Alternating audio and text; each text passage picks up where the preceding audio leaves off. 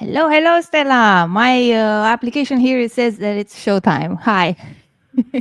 Hello, how are you? I'm good. How are you doing? Good, super happy and excited to be here today with you. Live again. I think it's been almost a year since we've done the previous Fair Dialogues. Yeah, I think so too. It's been quite some time. Maybe.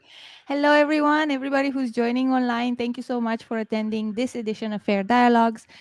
Those who are like not new here, you know that this type of sessions are done for the community, for us to dive quite deep with specialists in the field on everything workplace inclusion.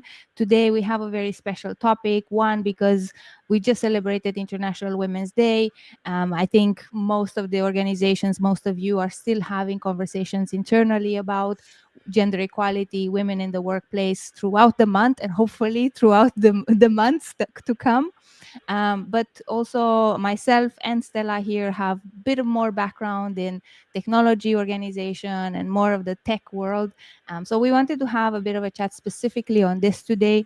How has the evolution on gender equality in tech been kind of progressing, especially that Stella here is quite the expert, so I'll let her introduce herself, but do check her out, do connect with her before you even begin this session. Also, while we do the introductions and we check in a little bit on how is everybody on the chat in LinkedIn, also do check faircultures.com.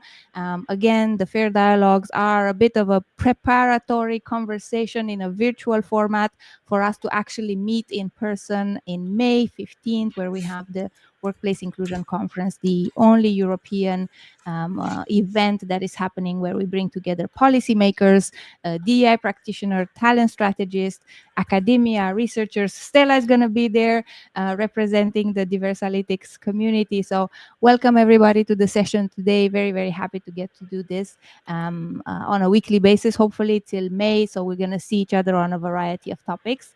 Stella, tell us a little bit more. Introduce yourself to the audience. We have quite a few people joining in. So thank you very much, Joanna, for inviting me to be here today, talking about what really love to talk about. That is gender equality, and you share a bit more about my journey. And so, first of all, I'm the founder of Diversalytics. I'm a data practitioner, strategist, and facilitator. I'm obsessed with unconscious bias. So I do research. Obsessed, yeah, I'm also a training facilitator. I'm kind of, you remember that movie of The Sixth Sense?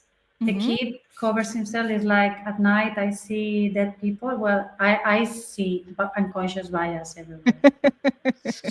And I will remember that. yeah. So, and I'm a trained psychologist, and I was a PhD candidate in gender studies. So I was studying women in tech. And I used to lead Lean In. First in Dubai, I was the network leader for Lean In Arabia, and then I opened Lean In Portugal when I moved there.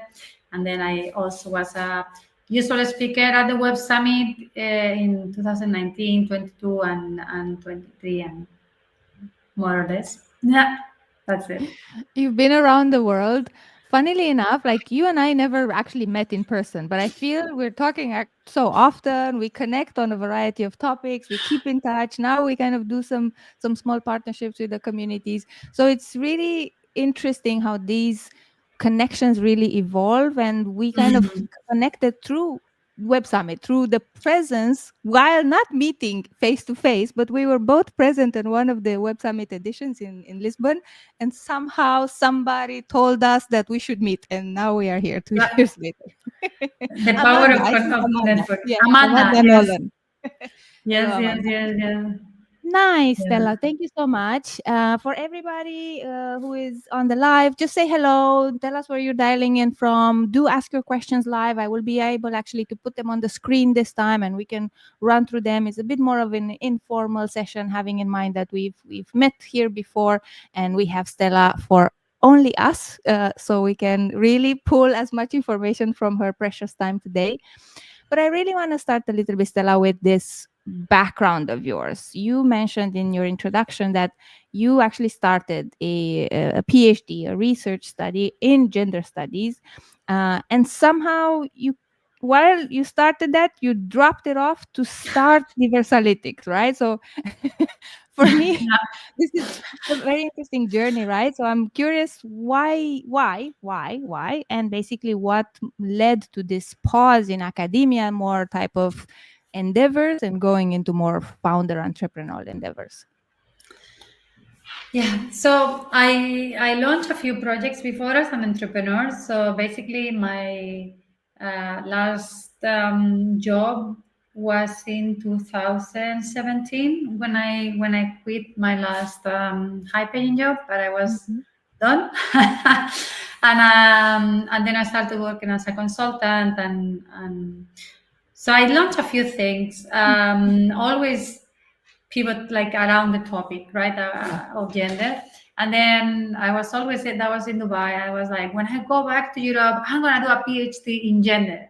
So I went back to Europe. I moved to Lisbon, and Mhm, I found this amazing PhD in gender studies. So I signed up, got accepted. I was like, wow, and super excited to start. And then 2 years on like mhm, you research and then you start looking yeah. at things. And what happened is like you go down the rabbit hole, and that's basically your job, which is amazing. Mhm, Because you go deep and deep and deep and read, and I became like kind of a Wikipedia of research about women.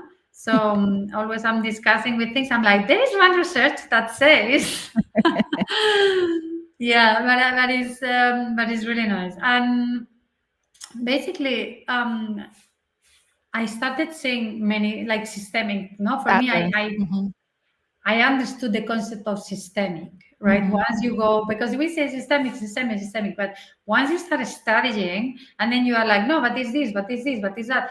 You are like, oh, this is systemic. yeah. Yeah. And then I had this realization about what is systemic and all those barriers that we read in this report says these barriers and these barriers and these Mhm, barriers and they're all interconnected, right? And mhm, it's like a bit like intersectionality in the form yeah. that they compound.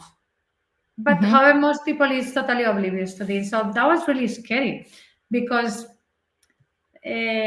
basically I just didn't wanna. I got so upset about some of the data I found that I was like, "This is incredible! I need to fix this." Like I would wake up at night saying, "Like this is incredible! I cannot believe that."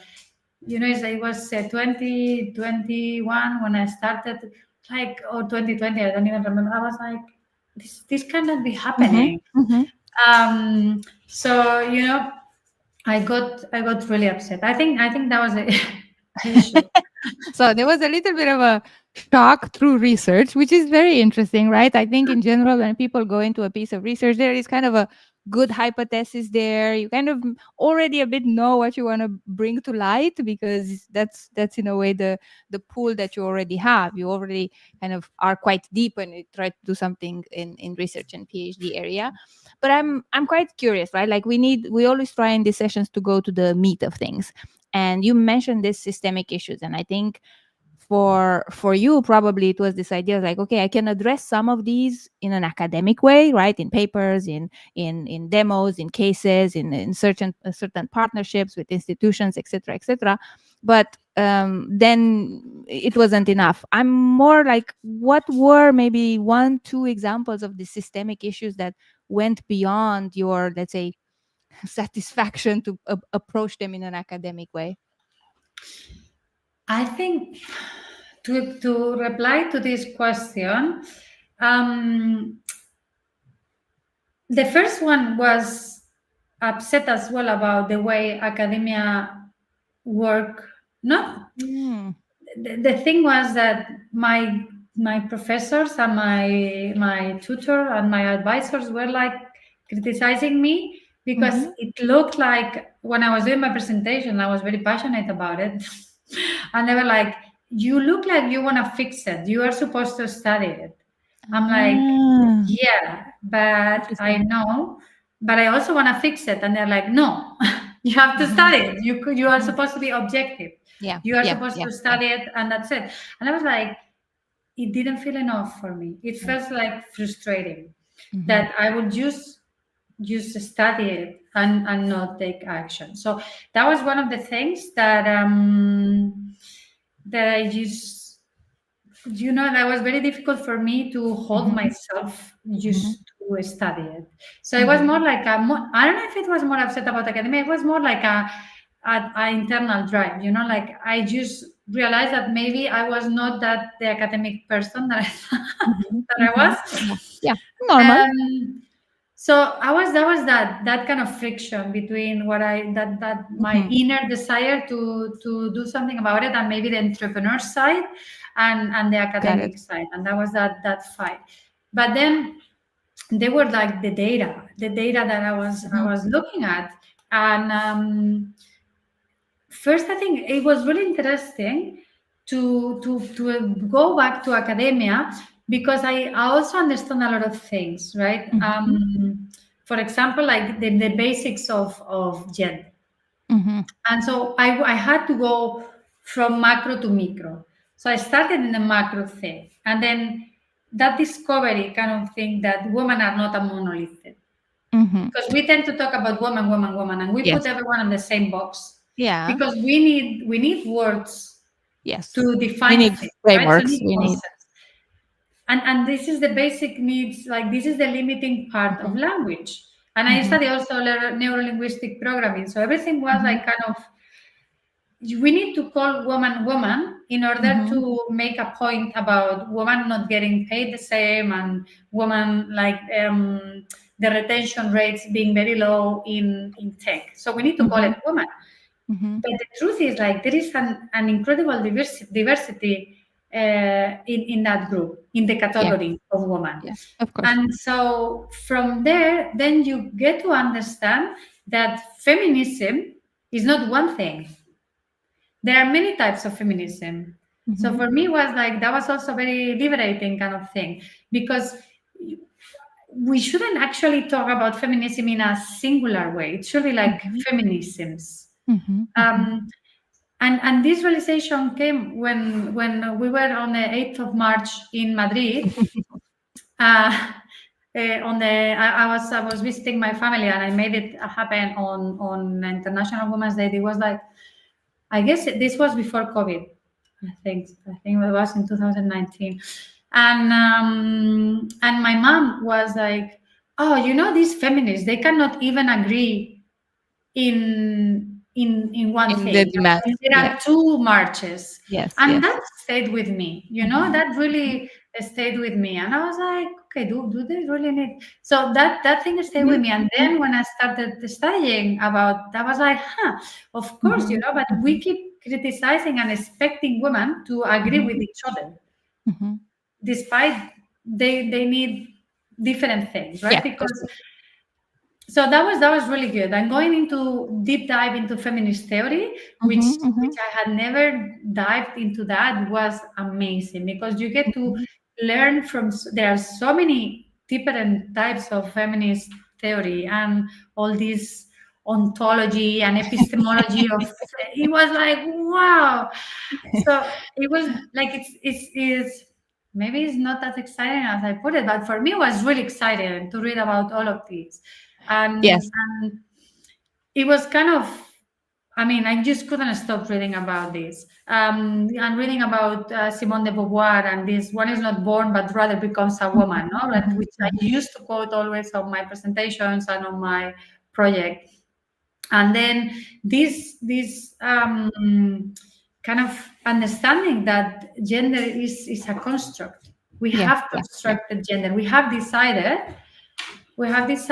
call woman woman because of or sex as well, right? We have decided to divide people by their genitals.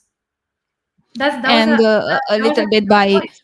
by this more familiar persona, in a way that we kind of constructed a society around, while even in society this has evolved. But I'm going to pull you a little bit back, right? Because I don't want to go so much in the theory part. I think the audience that we have in general is very like, okay, but what do I do at work? Because if I go at work and I talk about feminism, I'm probably not going to solve many problems, or at least not fast enough, right? Yeah. And I think there is this idea, okay, we need to understand what's the animal, right? Like, what are we dealing with, which are the categories, Mm. and in this situation, a gender based approach to how we promote, how we hire, how we kind of set some systems in place. And I'm a little bit I really want to hear your perspective, because I have an experience, I guess. And you are teaching more at scale, you are analyzing this with more companies at scale. With Diversalytics, you're really looking at hardcore data on a continuous basis. What are the particular barriers? So let's say, if we think about, there are many types of barriers and many types of discrimination on bias, right? But Mhm. specifically for women in tech, there are some patterns, right, that we observe and then we try to fix. What are these patterns? Well, the first one again, I need to go, and this is what one of the discoveries that I did, right? That I used to focus on the barriers only, Mm-hmm, mm-hmm, but what was really interesting is to, when you go back in history about the history of women in tech, you realize that actually tech used to be a feminine profession. mm-hmm, It mm-hmm, was masculinized on purpose, and women were pushed away of the profession on purpose. mm-hmm. So there was a campaign to keep women out, which is really interesting. And if you want to Yeah. read more, there is one researcher called Ensmenger. I don't know if I will write it down later. Yeah, in the comments. Um, because and basically his mom was in tech. He's a historian and he focused on tech. So he basically he and through watching his videos, I saw that in 1967, I think it was, there was like the Cosmopolitan magazine had on the front the computer girls. It was the computer girls, and it was promoting how computing was like the top profession and the most appropriate profession for women, Yeah. like tech But savvy that was a women. while back, right? Like, I think we've kind of had a couple of decades. And today, do you feel that's still the case? Because this is something that I think about all the time. We bring the past so much, as it kind of is still the present almost. I know we're bringing it to justify some of the symptoms that we see today. But I'm like, what do you see today? How is that still holding? Are we looking at a different reality? Do you feel women are still like intent? Because you mentioned like on purpose, which it's hard to hear, right? Yes, Is that still a and this situation is today? how it relates to hiring, because when Mhm, the industry of building around tech, they reserve hardware, the mhm, hardware and the software were for mhm, women, the hardware was because that was the what they thought was the important part. When they mhm, discovered that programming was actually really hard and really key, mhm, then they put in place, they were like some fraternities from male programmers, mhm, right, that they were created to kind of push the agenda for getting women away and making it a male profession and giving it credibility, because until then it was like a clerical, like mhm. administrative, very basic Administrative, yeah. profession.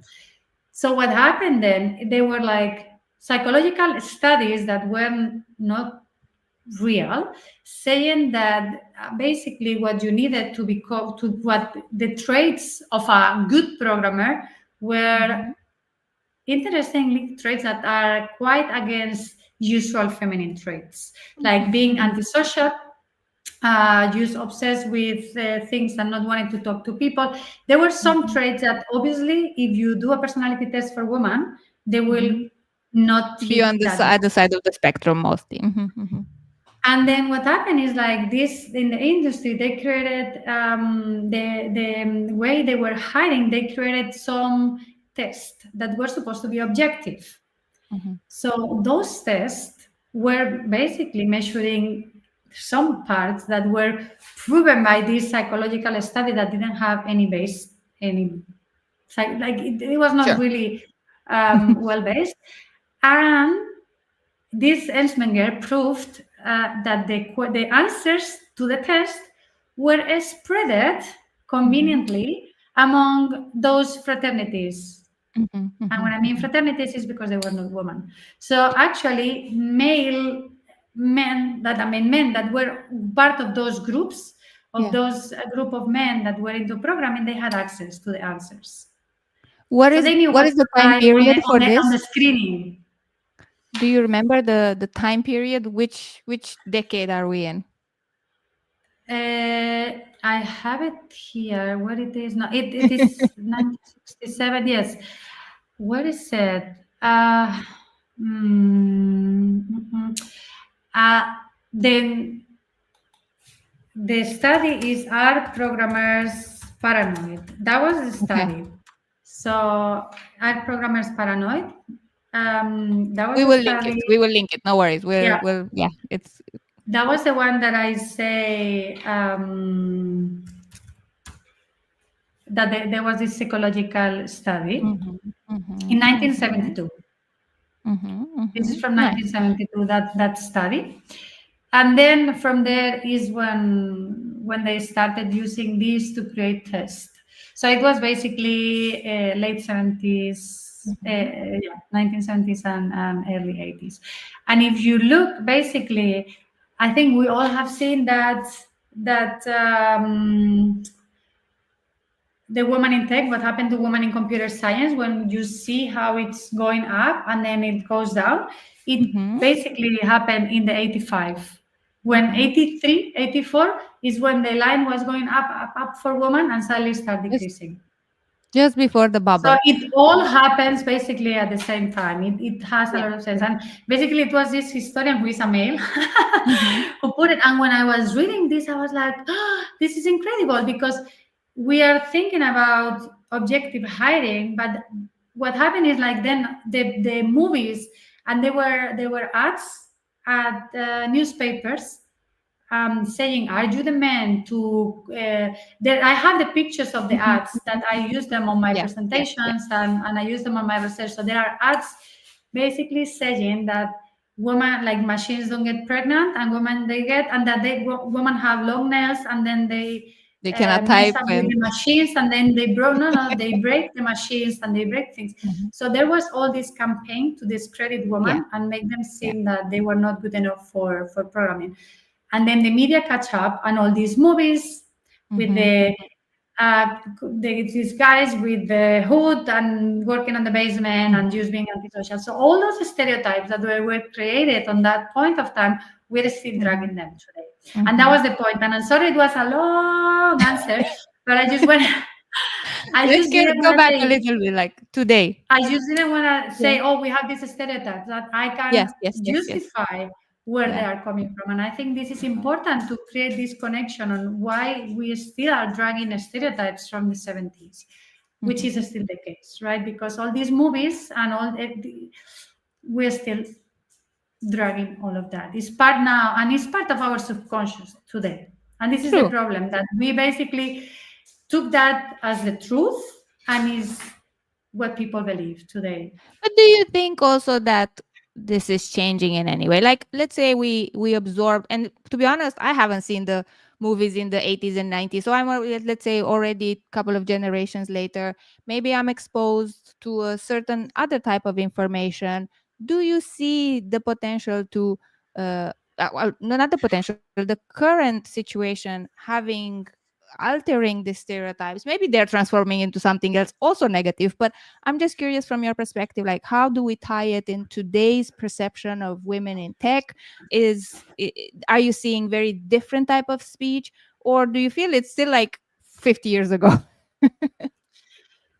I mean, the conversations are definitely changing, Mhm, but there is still a movement from some parts to maintain that status quo. There is that fear that if you get woman into the profession, it's gonna lose the status, and because everyone knows that women get paid less than men.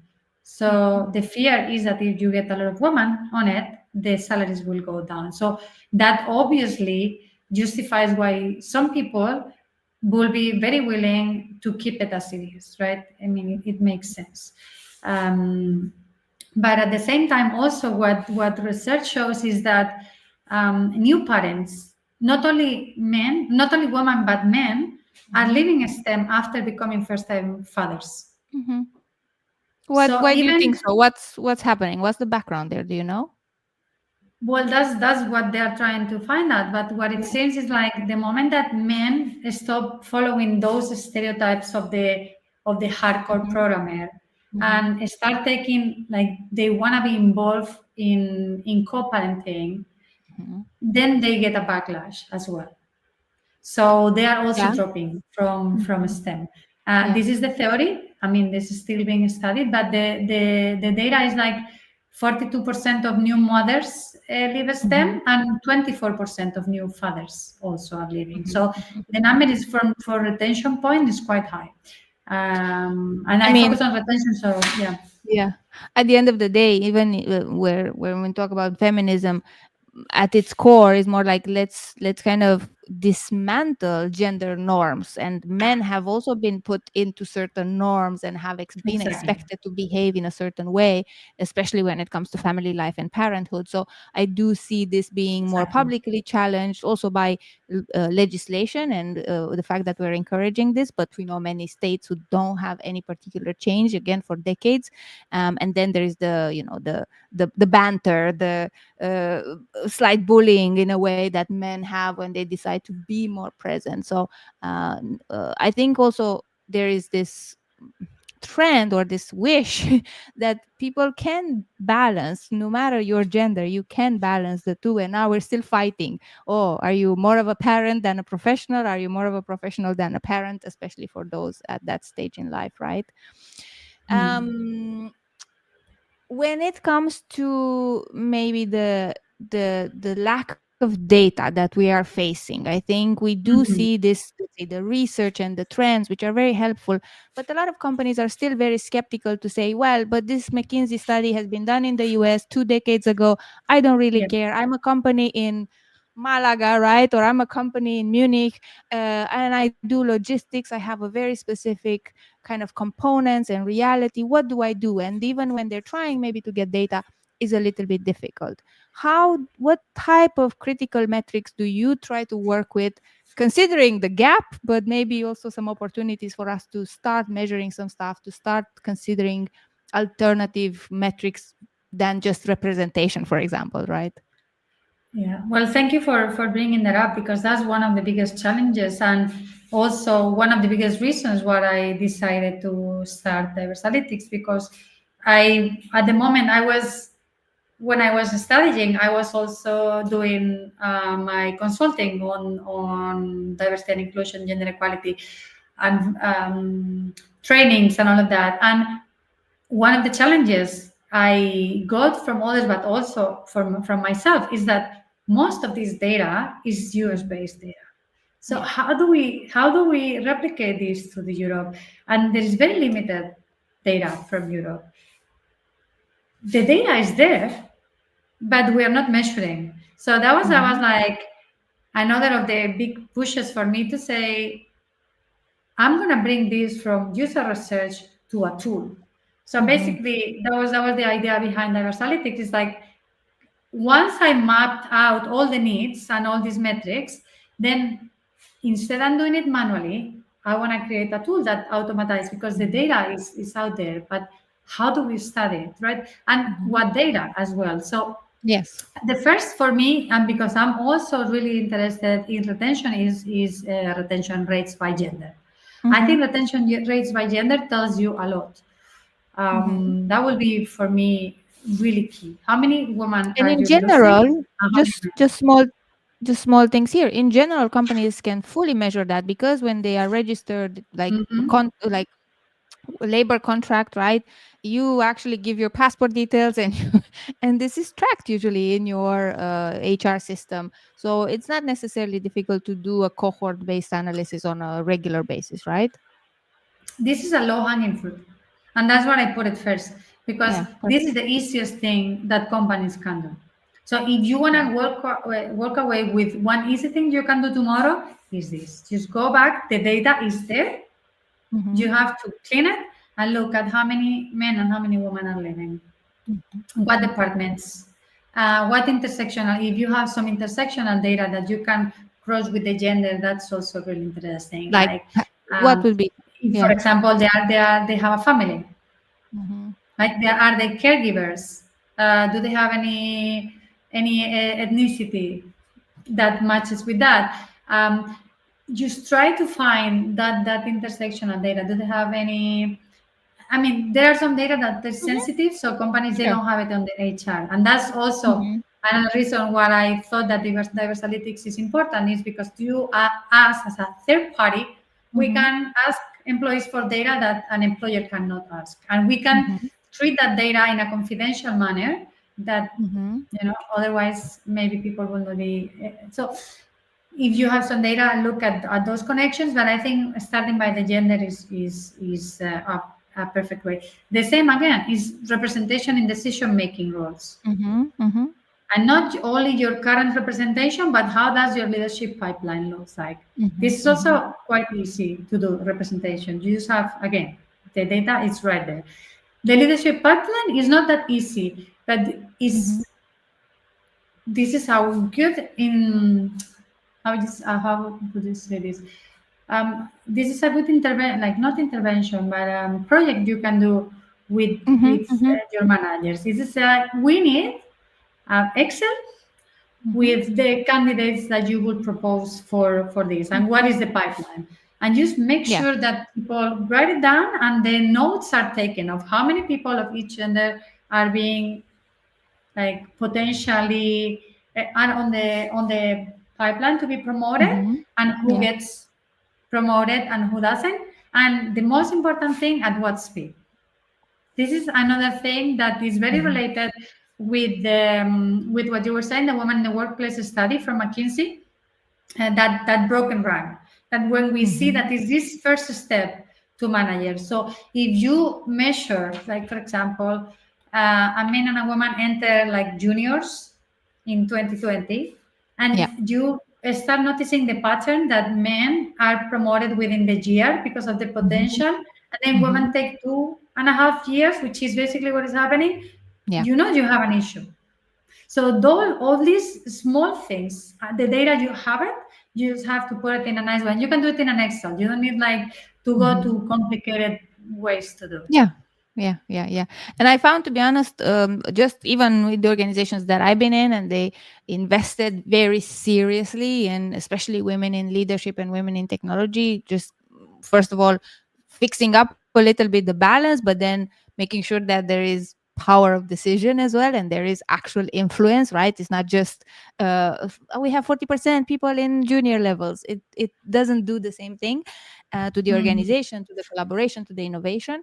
But this was the critical signal. One, this part of like speed of promotion and the reality of Mhm. it, because one, maybe women would not raise their hand so often, but in the same time, as you mentioned, men would be more considered based on potential, given the chance, and then kind of, checked in, versus women asked to prove themselves first and then given Mhm. the promotion, right?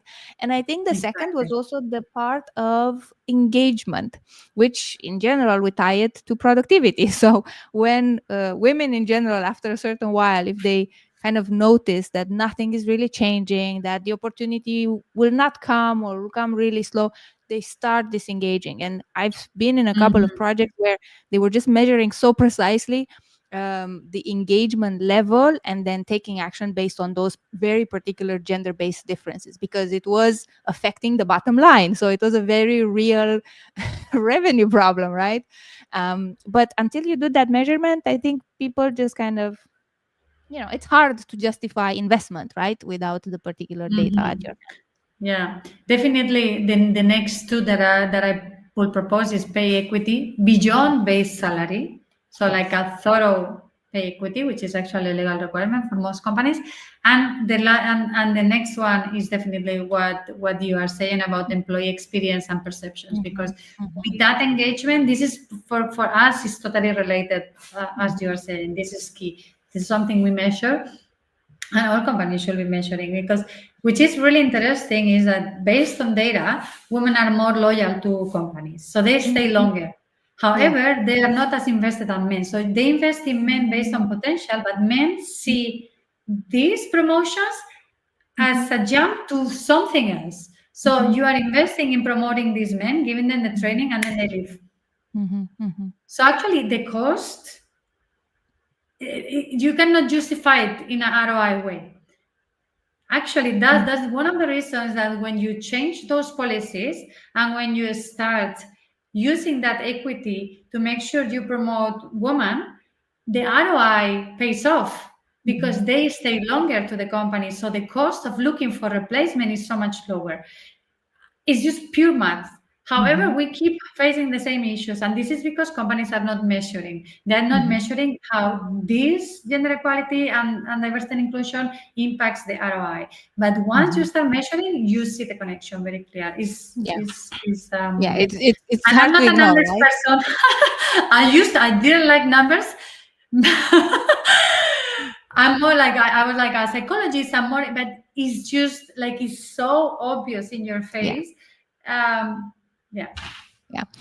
I'm curious. So let's say now you've held quite a lot of organizations. Put at least this minimum 5 metrics that are easy to measure Mhm. on a recurrent basis. So you don't need super fancy tools or super fancy kind of work with your legal department or anything like that. You just need consistency, in my opinion. Mhm. But then and then we agree there is a certain difference. We even identify what type of bias is there playing in those conversations and in those situations. But then what do you see that companies that do well to solve this change structurally, right? Because I feel it is very difficult to continue the conversation, very tiring in a way. I'm sure a lot of people would agree, like men women, when also we want to fix the process and the system that is allowing Mhm. whatever gender you are and whatever diversity dimension or identity you're wearing, is allowing these things to kind of sift through.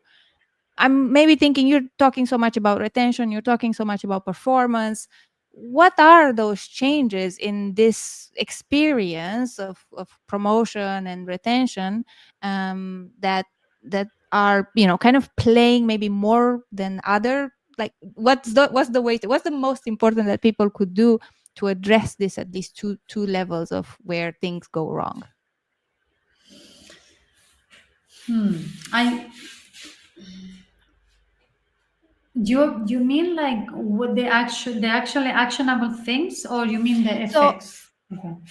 what what they are doing well, because for example, in my experience, those who have started putting in place a structured a Mhm. performance system with 360 feedback, with particular, um, even for example, I've been in companies where only the manager could nominate, let's say, people to be promoted, and that really skewed who was getting the promotion, right? Because if you're getting a sample that is already pre-selected by a number of very particular people, this was quite problematic. So a particular organization about 6 years ago that I was in, they've also implemented, we have two ways for people to get into the promotion bucket consideration. One is you're nominated by your managers and your peers also, but you can also raise your hand and make your case yourself.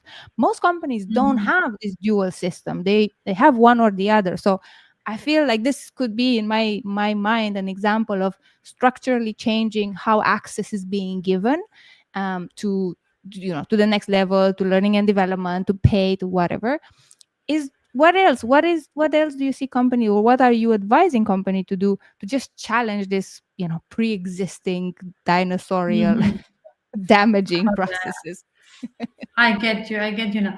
So interestingly, I would say I definitely agree with you. Allowing people to, so opening, when you open jobs, allowing for internal applications, that's Mhm. definitely a big one. But taking it seriously as well, because what Mhm. happened is that the managers, like you, if you have both, the managers keep favoring some people that they already have Mhm. in mind. And some of the things that I've heard that happen is that basically the jobs are defined with the person to fulfill them in mind. So, This so happens so often. I we just so want the job another description Stella. has like a specific thing that only the person that already has was in the minds Yeah. of the person, like, because this is the thing, like you open for internal application, but when the manager is, or the person that is defining that role, if it's a new role, or adding the characteristics and the criteria of that role, Mhm. there are some ways that those roles they have, there are some things that they are defined for some specific people to be able to be the perfect candidate. And this is one of the pitfalls that I see, that is easy to avoid. No. But there could be some ways to check this, right? Yeah, some intent. And analyzing those job descriptions to make sure that they are not limiting, or they are not designed just to fit Mhm. an identity, or even a person. I've Mhm. also heard of that happening. So these are the things that we can avoid, right? To Mhm. make sure that people doesn't get, because once when that happened in your face and you're not selected, and like like everyone had a suspicion that that job was for, and you actually, and that happened, that removes all credibility from people. So you are losing your Mhm. credibility, Mhm. and like you say, engagement Mhm. goes to the bottom. So Yeah. you're not making it a favor pretending that you are open, but actually not. So it's better you keep it like Mhm. this is not open for discussion, we nominate and that, than you pretend Mhm. that you are doing it like in a more democratic way, and actually it's not.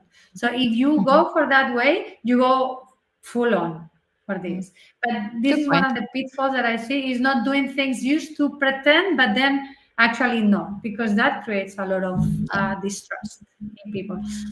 Another thing that I've seen is that performance reviews are a big issue, Mhm. even with companies with negative pay gap.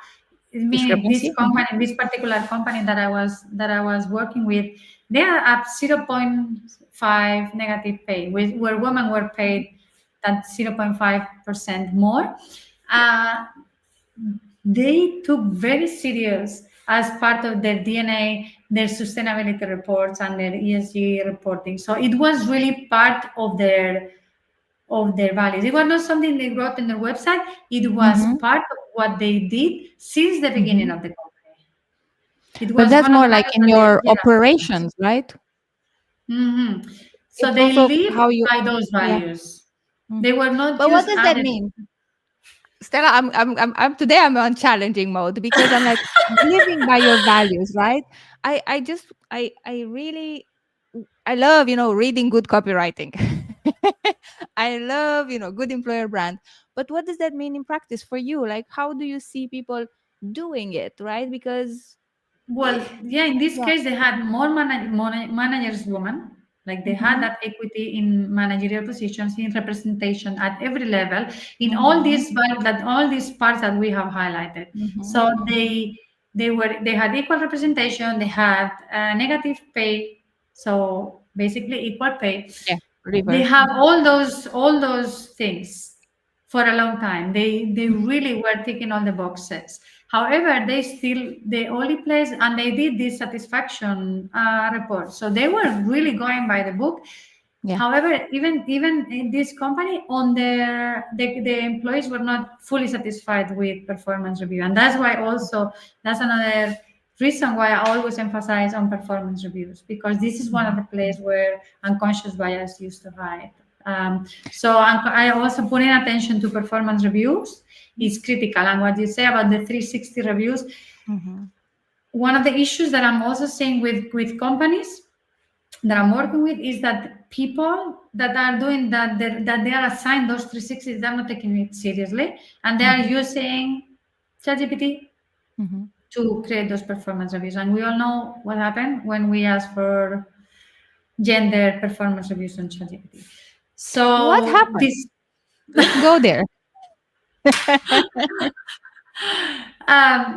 what happened is that unfortunately LLMs, I mean everything, like there are different kinds of of artificial intelligence. And of course, we cannot have a meeting in 2025 without talking about artificial intelligence because it's like everywhere. But one of the issues, and also I'm in touch with some researchers about this because I wanted to build a tool Mhm. for performance review because that's another of my obsessions. Mhm. Um, Unconscious bias in performance reviews. So I wanted to have a tool that with AI analyzes performance reviews and finds those bias and Mhm. actually help managers to realize that they are biased by analyzing their Mhm. performance reviews and telling them, look, this is what you used to write. Mhm. These are the words you use for men. These are the words you use for women. This is how you used to rate. There are a lot of metrics in performance review that Yeah. are shows different based on gender. The problem when you use AI to write those performance generative AI is that generative AI are based on large language models, the LLMs. And the problem with LLMs is that they are trained with data, but Mhm. it's a black box. Mhm. And there is actually an European funded research project about trying to remove this bias from LLMs. They are Yeah, trying to correct. find out if Mhm. it can be done. Mhm. And Mhm. so far, they haven't managed. Mhm, mhm. We're They probably haven't gonna managed. see a couple of tries, and I know tools already that have they don't necessarily fix your let's say assessment of certain performance reviews, but they flag, they have a nudge, right? Let's say Mhm. I written a review for Stella, who is my colleague or my manager, and I've used some funky language in the comparing with, let's say, that particular organization language and maturity in using language. Also, I think this is very important. We are a lot of the times not natives. We're not writing these review in our native language. Not necessarily that is better or worse, but it is more limited, right, when you are a non-native. Mhm. So there are a lot of things creeping in, and I know there are, like, even workdays. There are a couple of HR systems pushing for this, at least for the easiness of flagging and having these nudges. And for sure, Yeah. in applicant tracking systems, they already are Mhm. as well. MetaView, for example, is one of the systems for interviewing, which when you write your scorecard for a candidate in a certain interview setup, you get a bit of a flag, right? And say, hey, maybe you would like to rephrase this, or what is more context around this type of conclusion about somebody's skills level, etc., etc. So super interesting to see how that moves into that direction. I'm curious because Mhm. w- we're talking about women in technology, and I yeah, a couple of days ago I was on a panel with super interesting personalities as well, that activate, let's say, in a in yeah, women founded businesses, etc., but they come from a background of working in fashion, and they were very explicit how it's a very women dominated environment, right? And there you have other stuff that is maybe happening, versus what happens in tech. What are, like, we've talked a little bit about this idea that at least historically, at the beginning of in engineering and technology, women were like portrayed a little bit as support or administrative, as you were saying, clerical type of work. Do you see the same challenge now, or we see some other types of ways in which, kind of, women need to be more aware when they enter a tech field, and maybe be Mhm. prepared for that in order to, yeah, to grow, to develop, to be as successful as men? Hmm. You mean when entering from outside tech to the tech industry? Yeah. There's or some even particular aspects to or the even tech choosing, industry. right? Like, I finishing university now, and I have the choice. I can go, in banking, or I can go in pure tech organizations. Is there a difference that you think exists at this point in terms of, like, type of career choices, and being aware that tech has some very specific challenges versus other industries? Actually, some of the challenges are might be a bit specific to tech, but Mhm. I also work in most of the male-dominated industries. That I also Mhm. work with companies in automotive that you Mhm. find very similar challenges than the ones they have their unique challenges and they have Yeah. common challenges in Yeah. tech. But also the issues with retention is like the numbers are very similar to tech, Yeah. and then you have other industries. Um, finance as well is a typical masculine. So Mhm. there are these male-dominated industries where you have these similarities, and I would say one of the biggest issues Mhm. about these industries and about work in general is Mhm. that, and again going back a bit to the theoretical part that I Mhm. got from the research, is that organizations are designed Mhm. originally Mhm. were created for men Mhm. and were designed for there is this Acker's theory which is really interesting, Mhm. and she talks about the ideal worker and who Mhm. is this ideal worker. One Mhm. of the things is like is a man, right? But Mhm. not only a man, is an unencumbered man. I think Mhm. she that's the word she uses. It Mhm. means that that man can work until whatever time is necessary, because Mhm. then he goes back home and he doesn't have any sort of responsibilities. Mhm. Mhm. He can go for lunch for dinner with the client or with the boss or with whoever that person needs to do the network to get the next big project or the promotion, because we know a lot of those promotion big projects and all of that happen Yeah. after work in those meetings. Mhm. It can go on the weekends to do network on playing tennis or paddle Mhm. or golf or whatever that industry is the trend. So that's the thing. Mhm. Once, and this is again back to the systemic issue. This is one Mhm. of the systemic issues we are facing. Is the way the world is built, the way the professional world, the way Mhm. we think of people being professional or not, Mhm. is gender. What does it mean to be professional? How do we define to be professional?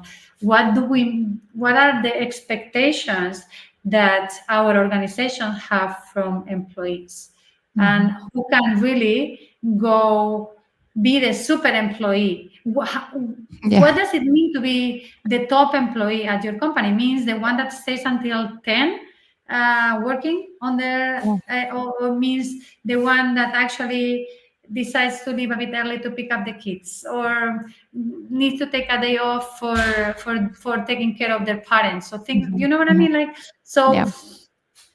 that lack of responsibilities is how work is designed based on that person, that ideal person. Yeah. And we know that usually woman and man is not only about motherhood. Also, we have to take those responsibilities when parents get sick. Like the caregiving is not only focused on children, but it's in many other aspects, right? Sure. So I think this is one of Yeah. the issues that we face in the particular organization design. Mhm. And Mhm. these are the things that we need to start redefining. And it's about Yeah. redefining all of that, and not Mhm. saying, oh, we don't want people to say, but actually, the one that stays longer, we're like, oh, that's such a good, like he's so committed. I mean, you have And more hours in the day to do things, right? So ultimately, the Mhm. performance is just based on the number of hours or of course, there is an efficiency coefficient there as well, but ultimately, you have more time, you do more. And you're so right. And I think this is also a challenge, specifically now in this era of we work from anywhere. It's not Mhm. that, maybe even before you like the factory line stops at a certain point in time, but your your coding doesn't need to stop. You can still push code, you can still create things, right? And I think the somehow the, the organizations, or the shareholders or your top levels, they're happy when they see more result coming in, right? And at the end of the day, there is a unconscious preference for those who can push that through, right? And maybe we should all have like a mandatory shutdown of our laptops, of our computers at a certain hour in time, and then we actually do have more equity in this game. Well, the thing is, like, interestingly, this is also very short term, because Yeah. how long can you hold that for? So, if you look like on the immediate results, very short term, this pays off. But what accumulated people doing this, what causes is burnout. Yeah.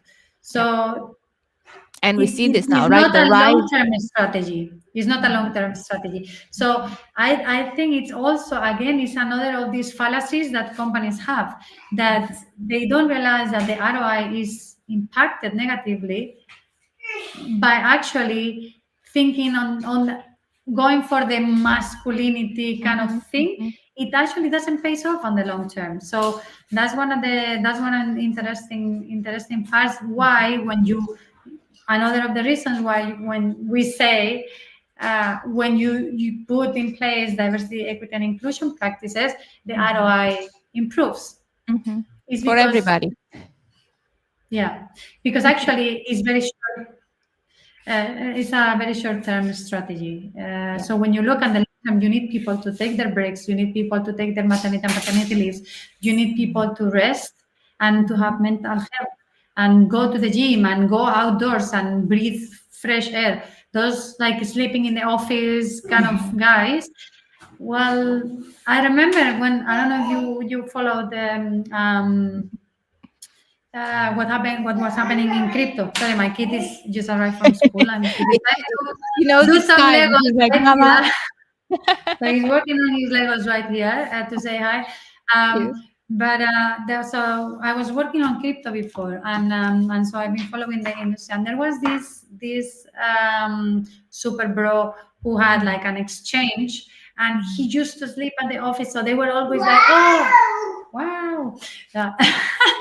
So he used to like sleep, and they were, "Oh, are you sleeping at the office again?" And the yeah. guy was like so proud that they were sleeping at the office, and it was like, and everyone was throwing money at him. Mhm, mhm, mhm, I think SBS, mhm, mhm, Backman, some, anyway, mhm. it Yeah. was a scam, It right? Like he took Yeah, the yeah, money and the company blew out because it yeah, was a FXP, I pyramid. think. Mhm, mhm, mhm. Yeah, yeah. So yeah, we tend to idealize that kind of Badge of honor, yeah. Mhm. young people sleeping in the office and coding and doing all these things, and we throw money at them, and then guess what?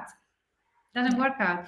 So this is one of the more or less recent things that we have seen, that this toxicity, it doesn't work on our favor on the in a long term strategy. We need to be smarter than that. I think in our previous conversation, you did call yourself a little bit of a pragmatical idealist. Uh, while I think this conversation went from like, we are very hopeful to nothing has changed in 50 years. So it's been quite fun, to be honest, for me. I appreciate the back and forth always. I think it's usually how conversations like this happen, right? With our friends, with our peers, and this type of like exchanging experience, but also challenging our own assumptions. It's hard, but we have to do it. And to be honest, for me, it's a little bit fun. So I appreciate you playing playing along in this hour. To close in, coming back to this idea of like ambitious goals for workplaces, what should we focus on based on what you see, based on what you hope for? I would say again, this pragmatic idealism. First of all, we need to know what we want to achieve Mm, to have a long-term strategy. And again, this is why I say you need to know what can you achieve in the long term, and knowing that investing in equality and diversity and inclusion is not a short-term mhm, game. It's something that you will see the results, but it's not gonna be immediate, mhm, mhm, or they might, right? Because if you run, I mean, depending on how do you rate immediate, but if you take some actions and then you send a survey before and after, you might yeah, see in 1 year you will see always. results, Yeah. but you need to live by those standards. So I think it requires that idealism, where you really know what you want to do and you Mhm, engage your people and you communicate very well your plan and you involve everyone in taking the decisions and mhm. you involve everyone on prioritizing, and then the pragmatism is like, how much can we do this year? Yeah. Yes, yes, Don't yes. overcommit, Yeah. and to say, okay, what are the priorities? what Mhm, are what are our priorities right now? What do our people need? What do our clients want from us? yeah. And how willing are we to do all the changes necessary? And then be very honest and very transparent about what you commit to and Mhm, what's happening. Because mhm. if your employees, you launch that survey and you say we're gonna do, and then they don't hear from you in 6 months, they're not Mhm. gonna trust you. Next time you send a survey, most people will be like, I'm not Yes. gonna bother. I don't Yes. trust you. So I think it's that playing that long term game and being balancing between that idealism Mhm. and that Mhm. pragmatism and Mhm. everything that you do with that integrity and that Mhm. transparency, Mhm. being very honest about your mistakes because nobody expects any company to be perfect. Now, if Totally. you Yeah. hide things, you Yeah. lose credit. And credibility is one of those things that you take really long time to build and you Yeah. can lose it so fast and so like this, Yeah. and it's all related to trust and communication. So I would say for me these are the why I define myself on that, and this is the kind of values I try to share with the people that I work with, because I think those are key. Just being very transparent and very real about how willing are you to do this, and what Mhm. can you really do Yeah. about it. How many I love it. resources are you at the end of the day? Yeah. How many resources are you committing to this? Because Totally. at the end of the day, it's about that. Are you putting a budget? Are you putting people? Are Mhm. you just adding this work as top of Mhm. the work that your people already have, or are you blocking hours for this job to be done? These are the kind of Yeah. pragmatic decisions that you need to take, because these Mhm. are the decisions, and you need to be very transparent about it. Yeah. Yeah, yeah, yeah. And say like we cannot do this, and this is totally fine. People will actually like that more versus over promising, right? Yeah. Stella, thank you so much. I don't know how you can keep a straight face with that cute noise in the background. Next time we'll have them on the on the on the camera. But thank you so I much for have the being dogs here. My son is like singing while he makes his Legos, and yeah. super cute. Thank you so much for being with us today. Super interesting session as usual. See you in 1 year. Now we have a recurrent meeting. No, Let's I'll see do you this. in May. I'll see you in May in person No, I finally. mean on the fair dialogues, right? On the virtual But ones. yeah, But yes, see you in May. Are you excited for May? Let's close there. What do you hope oh to my see at god, the conference in I May? am. Yeah, I'm maybe really we'll talk excited about that to another to, time. to meet you in person. One like you were saying, we have been talking online, so really excited to meet you in person, and really excited to talk to people that really share our like the values, the ideas, and that can challenge, because that's also Mhm. I really like from you, is that challenge, not just like, oh yeah, we just tweet each other's horn and we're like, oh, this is great, this is great, this is great, but no, it's like, but why do you think this, and what makes you think that, Mhm. and what is the data behind this? And I think though that's really important, and this is what I'm also looking for, to learn from others what is happening, what is working, what is not. And I will say something really important that we need is just to make sure we don't become a negative industry, because this is something that happens to me, that I focus on the what is not working Yeah. and have this like push on what is working, right? Focusing on the positive, staying positive, staying positive, staying positive, and measuring our impact, so and just learning from how to do that. And that's a wrap today. Thank you, Yep. everybody who's joined us. Thank you, Stella, so much. We'll see you soon. Hello to everybody in the house. Thank you. Everyone, we'll see you next week, 4 p.m. with Paul. It's going to be a very interesting conversation. We touched a little bit on AI. It's actually a conversation about recruitment, technology, and the human touch. How do we do it better? How do we understand what's happening? How do we help our organizations and our hiring managers? So, very much looking forward to that. Stella, once again, thank you. We'll see you soon. Thank you.